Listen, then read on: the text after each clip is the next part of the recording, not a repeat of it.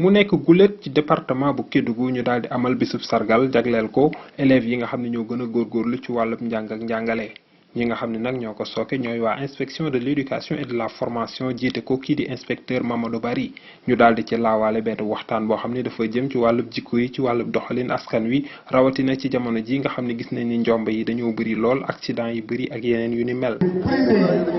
Les 3 premiers élèves ont perdu 2018-2019. Et il s'agit. Maintenant, une fille va ouvrir le bal. Ah oui? Oui.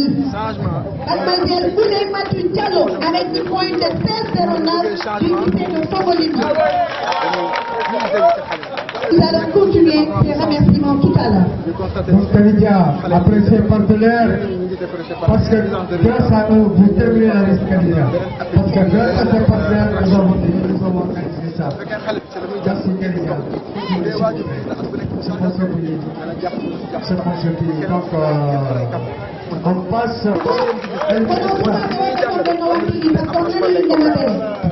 Je l'appelle Elora. Elora est une tablette. Tout à fait. Ça, c'est clair.